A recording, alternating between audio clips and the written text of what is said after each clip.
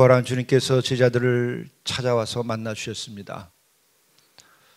참 3년씩 그렇게 제자들을 키우고 또 당신이 십자가에서 삶을 마치고 부활한 그 상황이라면은 제자들이 그 곁에 찾아와서 있어야 될 법하지만 주님께서 제자들을 마지막까지도 찾아가시는 겁니다. 참 주님의 사랑 참 놀라운 일이고, 더더욱이 이 주님께서는 자신을 버리고 떠나버렸던 그 제자들, 그들에게 왜 나를 버리고 떠났느냐는 말씀을 전혀 하시지 않습니다. 꾸짖는 것은 딱 한 번 꾸짖었는데 그것은 믿음 없음을 보시고 꾸짖으셨고 그것을 지적하셨습니다. 그리고 또 하나는 마음이 무뎌져서 영적인 감성을 상실해버린 그것을 지적을 하셨습니다.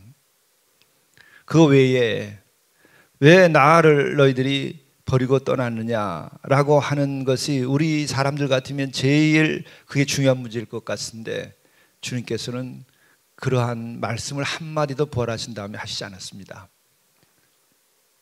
왜 그랬을까요? 우선은 주님은 제자들과의 관계에서가 아니라 하나님과의 관계 속에서 당신이 져야 할 십자가를 알고 주님께, 하나님 아버지께 순종하였기 때문입니다. 이게 우리 주님께서 우리에게 보여주신 그 참 믿음의 자세는 어떠해야 되는 건가에 대한 대답입니다.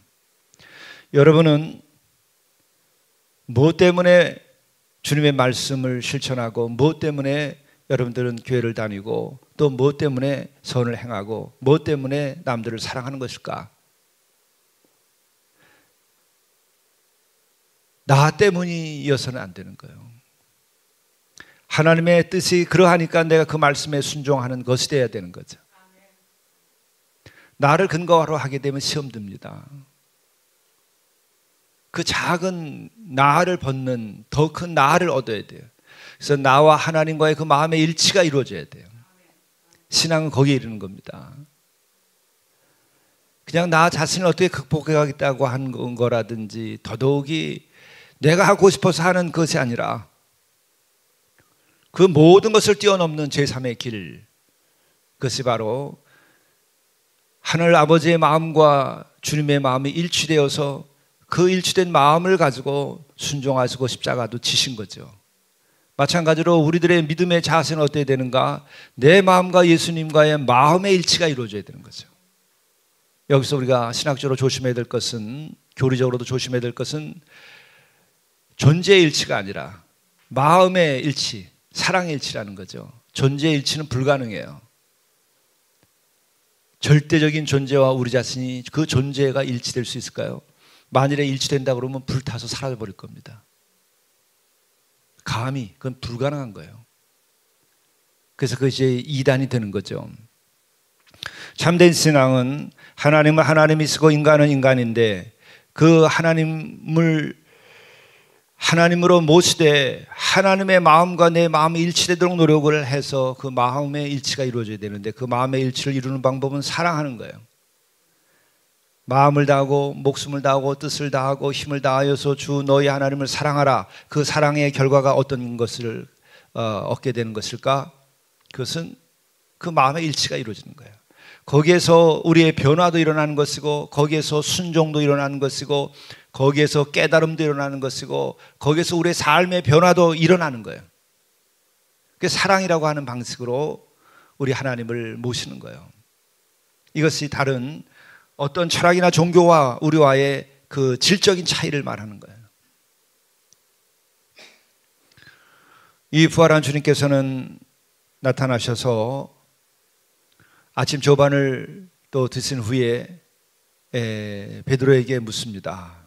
여기서도 이 조반을 함께 하셨다. 부활한 주님, 이전의 그 몸이 아닙니다. 이전의 그 존재가 아닙니다. 새로 와주셨음에도 불구하고 제자들과 함께 조반을 드신다. 그것은 정말 배고파서 드셨을까요? 아마 제자들과 함께 하는 그 마음에서 드셨을 거예요. 여러분, 식사는 우리의 배고프고 우리들의 삶에서 이 생리적으로 필요하니까 먹는 것이기도 하지만은 영적인 교제로서의 조반, 영적인 교제로서의 식탁이 있는 거예요. 예수님 오셔서 제자들과 계속 식사하셨어요. 그것은 탐하는 것이 아니고 사랑을 나누는 자리예요. 그런 식탁이 돼야 돼요. 우리가 애찬실에서 애찬을 나누고 또 카페에서 또 우리가 차를 한잔 나누고 또 뭘 먹습니다.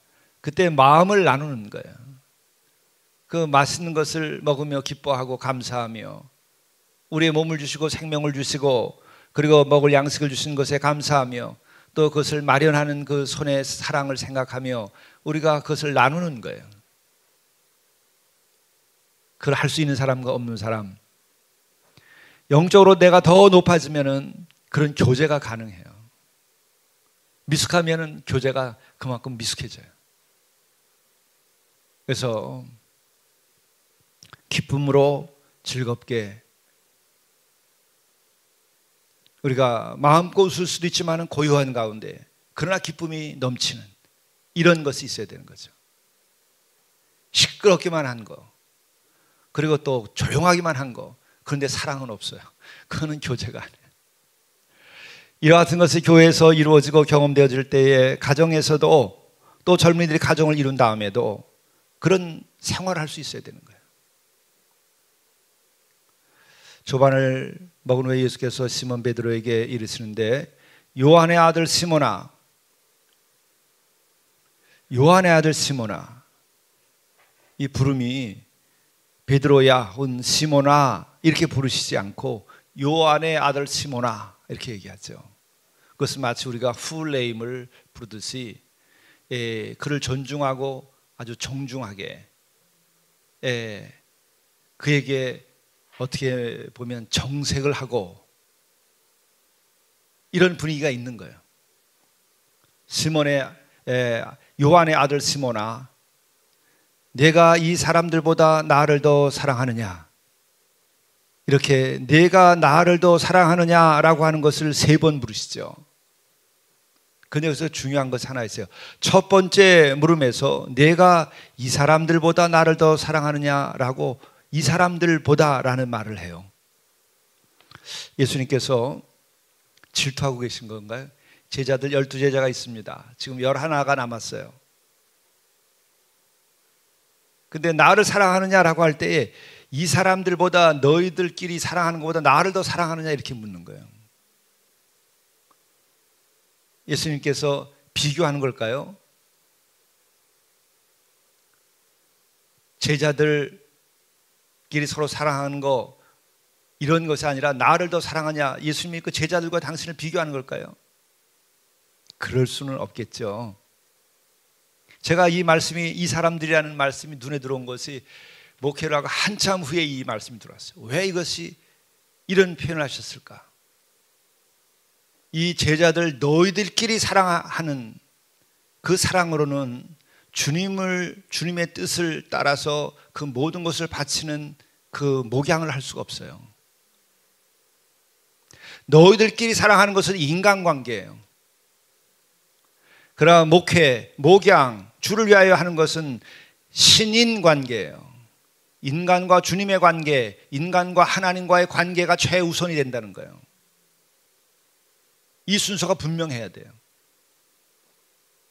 주님이 저기 멀리 계신데 주님은 저기 계시고 우리끼리 사랑하는 것이 이게 목양이 아니고 우리끼리 사랑을 하는 이것으로부터 목양이 시작되는 것이 아니고 교회가 시작되는 것이 아니라는 거예요. 모든 성도들이 동시에 이 양을 책임진 이 목회는 하나님과 나와의 사랑의 관계가 최우선인 거예요. 주님과 나와의 관계가 최우선인 거예요. 인간관계가 목양이 아니라는 거예요. 그것은 무슨 말인가? 정치가 목회가 아니라는 거예요. 이게 목사가 나중에 나이가 들어서 보니까 이게 목양이 아니고 교단이 정치더라고요. 그 이 말씀하신 거예요.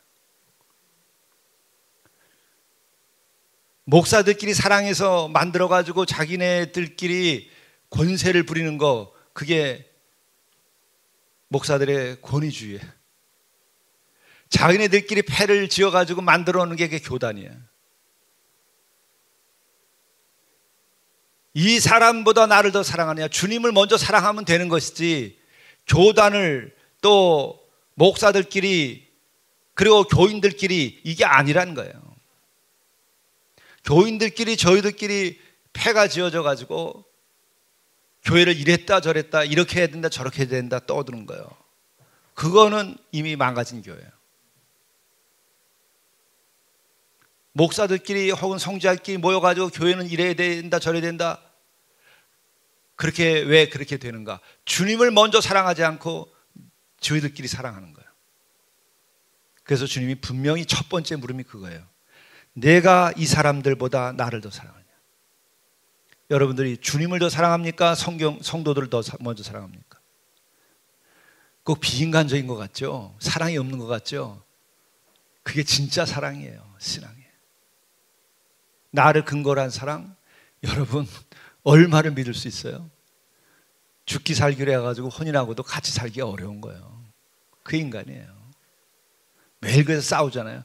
그래도 싸움이라도 하면 그 가정은 다행이야. 그래도 사랑이 남아있으니까 싸움도 안 해요. 제가 이걸 나중에 깨달았어요. 내가 이 사람들보다 나를 더 사랑하느냐? 이스대 주님 그러하나이다. 내가 주님을 사랑하는 줄 주님께서 아시나이다. 이르시되 내 양을 먹이라. 또 두 번째 이르시되 요한의 아들 시몬아 내가 나를 사랑하느냐 하시니 이르시되 주님 그러하나이다. 내가 주님을 사랑하는 줄 주님께서 아시나이다. 한 번 물으셨으면 됐지 부활하신 다음에 예수님께서 왜 또 이렇게 물으셔요? 좀 이상해지신 거 아닌가? 그런 분위기는 전혀 아니죠.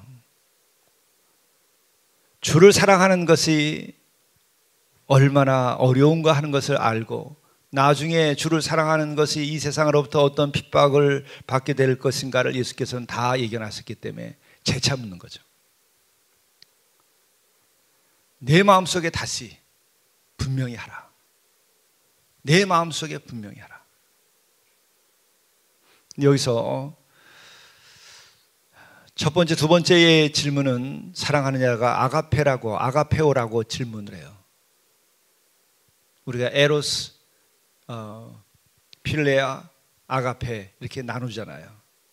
아가페는 신적인 사랑이고 필레아는 친구의 관계고 에로스는 이성 간의 그런 사랑이죠. 여기서 묻는 것은 아가페오라고 묻고 있는 거예요. 그것은 뭐죠? 나를 위하여 죽을 수 있느냐 이 얘기예요. 너의 목숨을 바칠 수 있느냐 이거예요. 내가 십자가에서 너희를 위하여 목숨을 바친 것과 같이 너희들도 목숨을 바칠 수 있느냐 이거예요.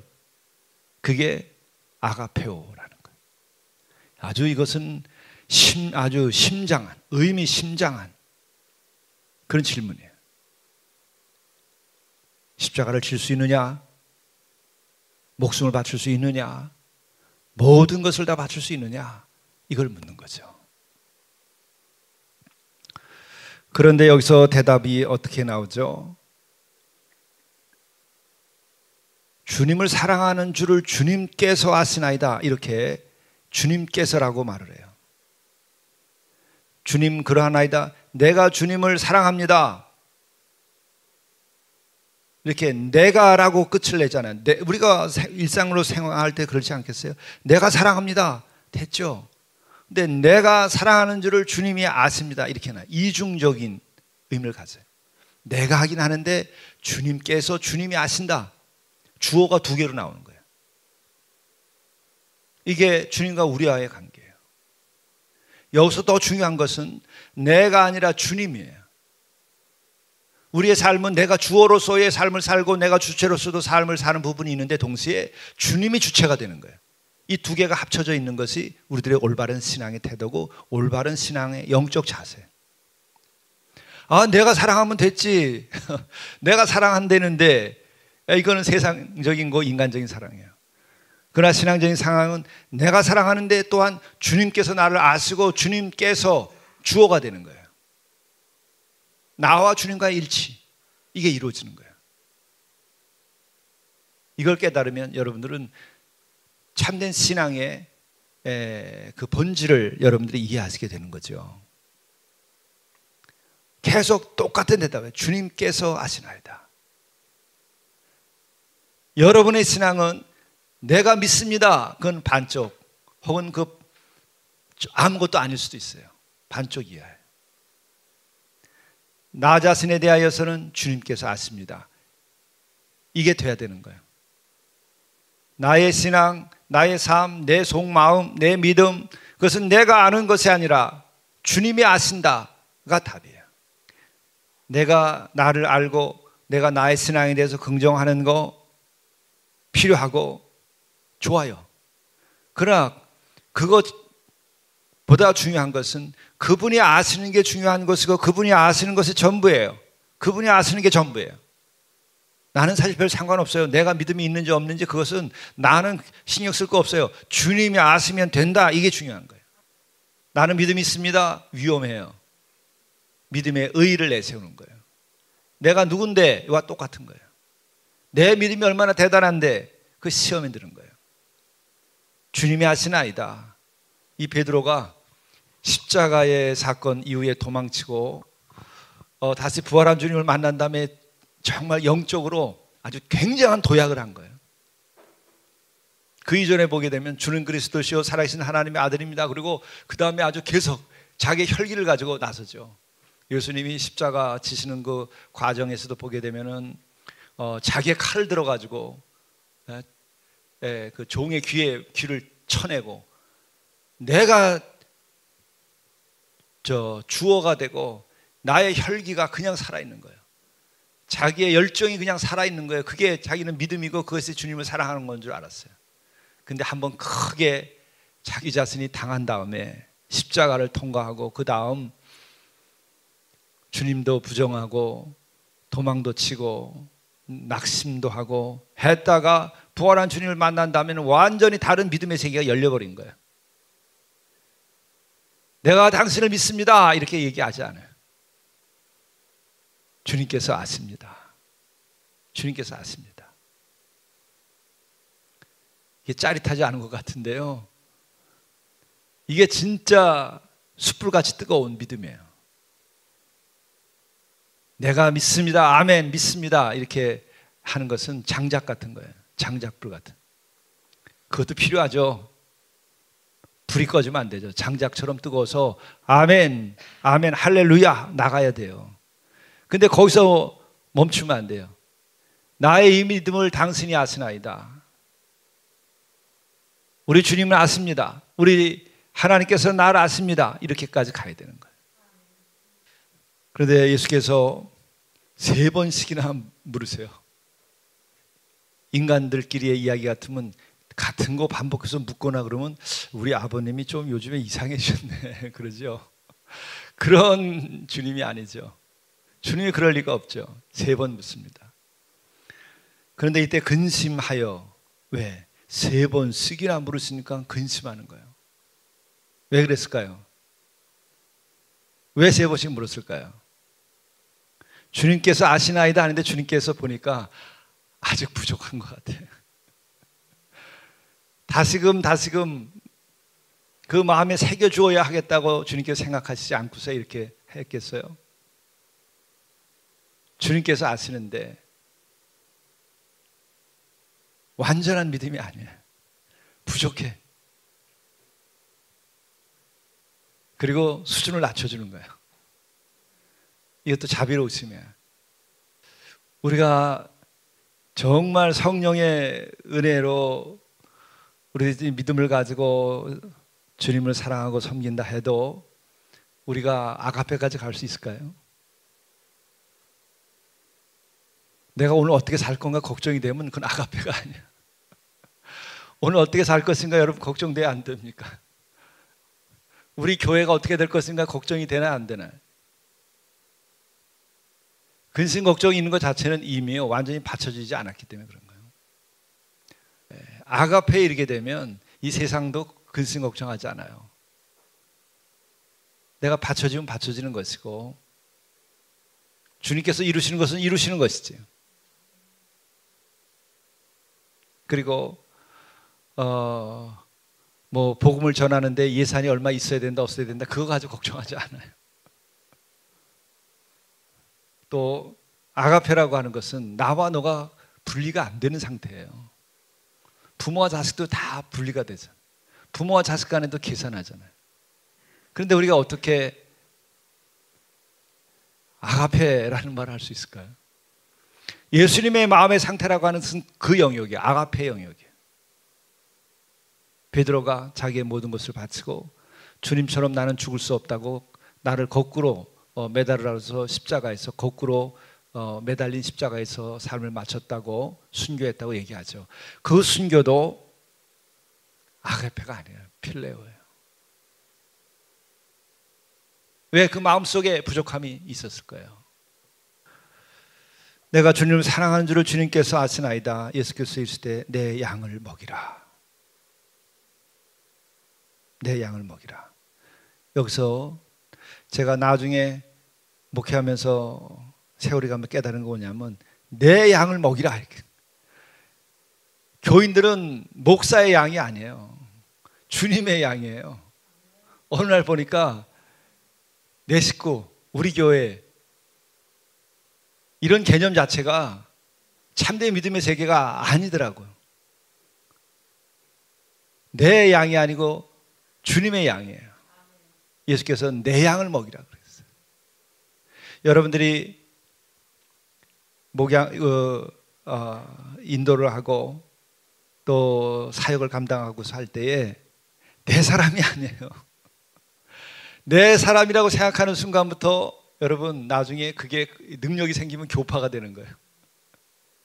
능력이 부족하면 개교의주의자가 되는 거예요. 개교의 이기주의자가 되는 거예요. 내 양이 아니에요. 교회 안에서 그러면 맡은 인도자들이 내 양이라고 생각하고 우리 우리 영성반 또 우리 부서를 사랑하기 시작하면 교회 안에 분란이 일어나는 거예요. 쪼개지는 거예요. 내 양이 아니에요. 목회를 하면서 이와 같은 것을 겪어봐요. 내 양이라고 그러면요 더 불이나 열성이 생겨요. 그거는 아직 주님의 사랑이 이르지 않은 거예요. 주님께로부터 오는 은혜와 주님께로부터 오는 사랑과 주님께로부터 오는 진리를 가지고 우리가 섬길 때에 내 양이 아니라 주님의 양이 되는 거예요. 그러려면 많은 시행착오를 거치고 많은 기도의 경험이 있고 많은 은혜를 있고 성령의 도우심을 많이 받아야 그렇게 돼요. 그렇지 않으면 다 간간히 다 쪼개지는 거예요. 이 기독교의 역사는 인간의 역사와 더불어 가기 때문에 하나님의 역사하심에도 불구하고 인간의 그 부족함 때문에 교파도 생기고 뭐 좋은 의미의 교파도 있어요. 특별히 더 우리는 이것을 강조해서 뭐 성결함을 더 강조해 가지고 성결한 그 우리의 삶을 살자. 그래서 같은 요한 웨슬리의 후예 가운데서도 성결교가 생기는 거예요.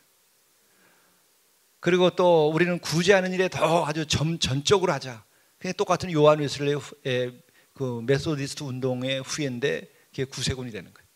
그는 봉사 섬기는 일에. 그리고 또 같은 이제 종교 개혁을 했었어도 루터교가 있고 그 다음에 칼빈의 교회가 있어요. 칼빈의 교회는 그 교리와 법률을 굉장히 중시해요. 그게 장로교회의 모양을 떼는 거죠. 그런 선의에 이런 것이 있음에도 불구하고 사실은 그게 본질적인 게 아니에요. 그리고 현실의 교회는 내 양이라고 생각하는 것으로부터 시작하여서 이 교회가 많은 분열을 한 것이 있어요.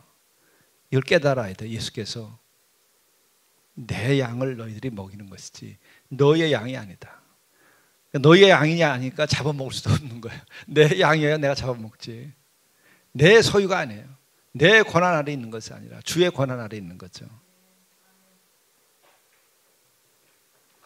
그러면서 마지막이 내가 진실로 내게 이르노니 내가 젊어서는 스스로 띠띠고 원하는 곳으로 다녔거니와 늙어서는 내 팔을 벌리리니 남이 내게 띠띠우고 원하지 아니하는 곳으로 데려가리라. 이게 같은 맥락이에요. 주님께서 아시나이다. 주어가 주님이에요. 그리고 마지막에도 그 주어는 주님이세요. 주님의 일을 위하여서 이제 너는 내가 원하는 곳으로 다니는 것이 아니고 나를 위하여 십자가에 달리게 될 것이고 그렇게 삶을 마치게 될 것이다. 그래서 그의 거룩한 산제사에 완전한 피동의 상태로 넘어가는 거예요. 우리가 어려서는 나 이래서 자기가 생기는 과정이 있어요. 그 다음에 성숙한 다음에는 나를 벗어서 주님이 나의 주인이 되는 것이 이게 참 믿음에 이르는 거죠. 이 작은 본문, 짧은 본문 안에서는 엄청난 진리가 숨어져 있는 겁니다. 그래서 참된 교회는 어떻게 돼야 되는가? 참된 교회의 섬김은 어떻게 돼야 되는가? 참된 목양은 어떻게 돼야 되는가에 관해서 이 본문은 우리들에게 길을 알려주고 있는 것입니다. 기도하시겠습니다. 우리 주님께서 부활하신 후에 제자들을 사랑하셔서 제자들과 함께 하여 주셨음을 감사합니다. 오늘도 우리와 함께 하심을 그래서 믿고 또한 간구를 드립니다.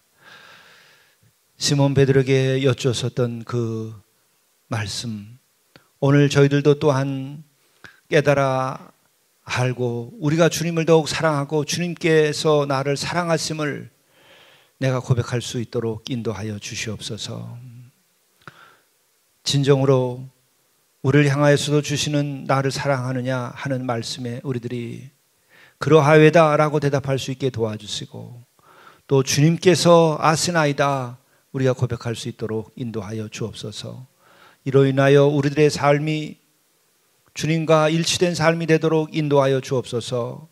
주님의 뜻과 일치되게 도와주시고 주님의 마음과 일치되게 도와주시고 주님이 우리를 사랑하시는 것처럼 우리도 주님을 사랑하며 살아갈 수 있도록 인도하여 주시옵소서.